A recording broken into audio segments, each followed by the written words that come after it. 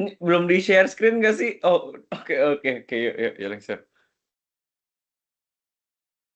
Selamat siang, kami dari kelompok Primary Squad ingin mempresentasikan tentang aplikasi planner. Oke, untuk perkenalan kelompoknya ada Nathan Delanocin, Catherine Violen, Faisya, Devian, Wilson Tanjaya, dan Alfianti. Oke, langsung masuk aja ke aplikasi planner.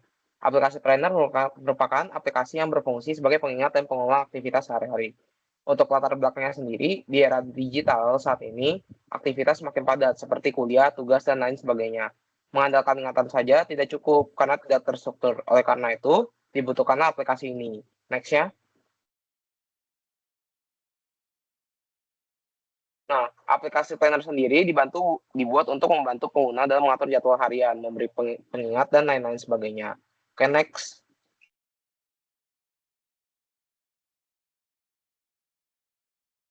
Aplikasi ini ditujukan untuk profesional dalam mengelola pekerjaan dan deadline, pelajar dan mahasiswa yang mengatur jadwal akademik, masyarakat umum untuk aktivitas sehari-hari. Next. Berikut merupakan fitur utama dari aplikasi ini. Kira-kira ada login, to-do list, dan lain sebagainya. Dan bisa dilihat di slide. Oke, next. Untuk arsitekturnya sendiri, kami menggunakan Agile karena fleksibel dan adaptif. Proses dilakukan secara iteratif sehingga dapat meminimalisir kesalahan. Next. Berikut adalah beberapa fungsi domain value dan kegunaannya. Dapat dilihat pada slide. Next. Selanjutnya, di sini bisa dilihat ada notifikasi to-do list, habit tracker, tampilan kalender, hasil reward planning, hasil filter task. Lalu di sini ada entitas juga, entitas to-do list, notes, budget, transaksi pengeluaran, habit tracker, dan reminder. Next-nya. Masuk ke external input, di sini proses perubahan data dari input pengguna. Kita menggunakan DAT dan FTR. Next-nya. Di sini ada 7, yaitu input data pengguna, to-do list, text note, unggah file voice note, input saldo budgeting, daftar pengeluaran, dan daftar habit tracker. Next-nya. Ada external output. Di sini informasi yang dihasilkan oleh sistem untuk disajikan kepada pengguna. Di sini juga kita menggunakan DAT dan FTR. Next. Di sini hanya ada 3, yaitu sisa saldo budgeting, notifikasi to-do list, dan notifikasi habit tracker. Next-nya. Selanjutnya ada external inquiries, yaitu proses pemanggilan atau penampilan data atau bisa disebut juga read only. Di sini kita juga menghitung menggunakan DAT dan FTR. Next-nya. Nah, di sini ada untuk menampilkan data pengguna, to-do list, text note, voice note, riwayat transaksi pengeluaran, tampilan kalender, riwayat planning, dan hasil filter task. Next. Nah, untuk internal logical files itu kumpulan data yang dikelola, disimpan, dan dipelihara secara internal. Di sini menggunakan DET dan FTR. Next. Nah, di sini ada entitas pengguna, to-do list, notes, budget, transaksi, dan habit tracker, dan reminder. Next. Nah, untuk functional account ini tujuannya itu melakukan kuantifikasi fungsionalitas sistem berdasarkan derajat kompleksitas seperti simple, average, dan kompleks. Nah, di sini ditentukan melalui pemetaan matriks antara jumlah DET dan FTR dan DET dan ITR. Oke, untuk functional account-nya di sini kita mendapat untuk external input-nya kita mendapatkan 7 simple dan untuk external output-nya kita mendapatkan 3 simple. Nah, di sini untuk external inquiries-nya kita mendapatkan 6 as simple dan 2 average. Nah, untuk internal logical files di sini kita mendapatkan 7 simple. Next.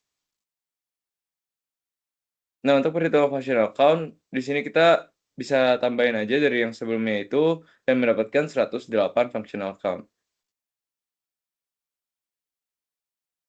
Nah, untuk value adjustment factors di sini kita menggunakan 14 GSC yang dinilai secara kualitatif dengan skala 0 sampai 5. 0 sebagai tidak berpengaruh, 3 itu cukup berpengaruh, 5 sangat berpengaruh. Next.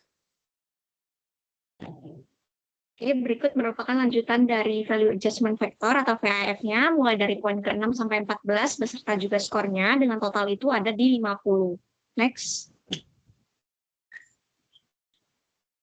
Untuk perhitungan akhir dari function point sendiri, ini dapat dihitung dengan rumus FP atau function point sama dengan functional count dikali 0,65 tambah 0,01 kali value adjustment, yang mana tadi udah kita dapat FC-nya itu 108 dan VA-nya itu 50. Jadi tinggal kita masukin dalam perhitungan, didapatkan hasil 124,2. Kemudian kondisi LED ini di mana velocity 1%-nya itu dihitung sebanyak 6 function point per bulan, dan juga cost per bulannya itu senilai 15 juta rupiah per bulan. Kemudian pertimbangan efisiensi tim dan juga tingkat keahlian itu dapat asumsi kalau proyek ini dapat ditangani oleh 5 orang programmer yang telah berada di senior level, sehingga total biaya per bulan itu adalah sebesar 75 juta rupiah. Next. Untuk estimasi biaya proyek atau project cost-nya itu dapat dihasilkan dari angka yang tadi 124,2 dibagi 6, yang mana 6 ini merupakan velocity berapa FP per orang per bulan, kemudian dikali sama cost per person 15 juta per bulan. Dapatkan hasil 310.500.000 rupiah. Next.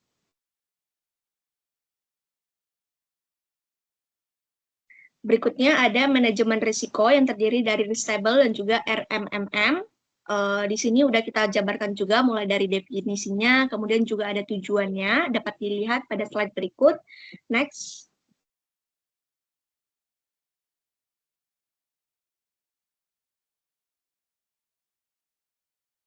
Oke, ini untuk Restable ada kategori dan juga skala dampak resikonya. Kategorinya berada mulai dari 7 poin, ada product size, business impact, dan juga sebagainya.